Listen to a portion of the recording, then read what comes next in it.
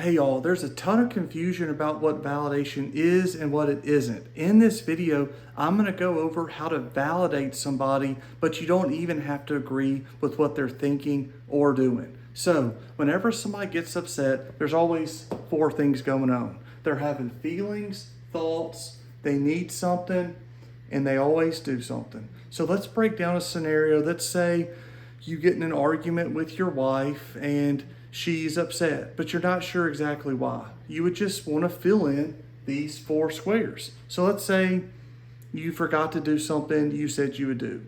That's like the event. So let's say, okay, what is my wife feeling right now? She's feeling upset. Okay, she's feeling upset. If she's feeling upset, what might she be thinking? What kind of thoughts is she having? He doesn't care. So she's upset, but she's thinking he doesn't care. And then you would say, what is it that she might be needing right now? She might need to feel understood or cared for. Okay, so she just needs to feel understood and cared for, but she's not in the moment. So then you say, okay, well, what is it she's doing? She's yelling at me. Not fun at all. So let's break that down.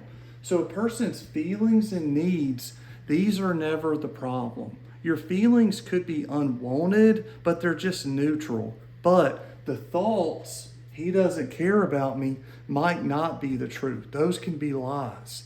The same with what a person needs. It's never wrong to need to be understood or cared for. The problem is when people don't feel like that needs being met, what they tend to do, which they might yell. So if I was trying to help my wife in this situation, I would not necessarily validate her thoughts or her actions because I know I care about her and that's not true. But she's just stuck in her feelings. So then I would validate that. I would say, that makes sense how you're upset because you're telling yourself, I don't care about you. And then I would validate her needs. Like, I can see why you're yelling at me because right now it doesn't feel like you are cared for. And you need to know that you're loved and cared for. And when I did blank, it didn't feel like that.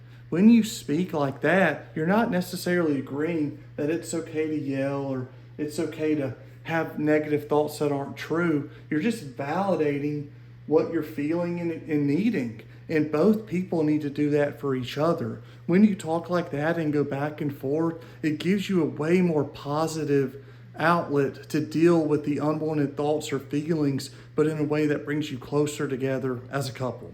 Again, if you have any questions, let me know. This is just a quick outline and an awesome way to break down what all is really attached to the thoughts and the actions. Because when people get upset, they tend to hyper focus on the thoughts and the actions. But really, the feelings and the needs are the most important part. And once those get tended to, then it's better to talk about how you might want to adjust or make changes for the future. Thanks for watching.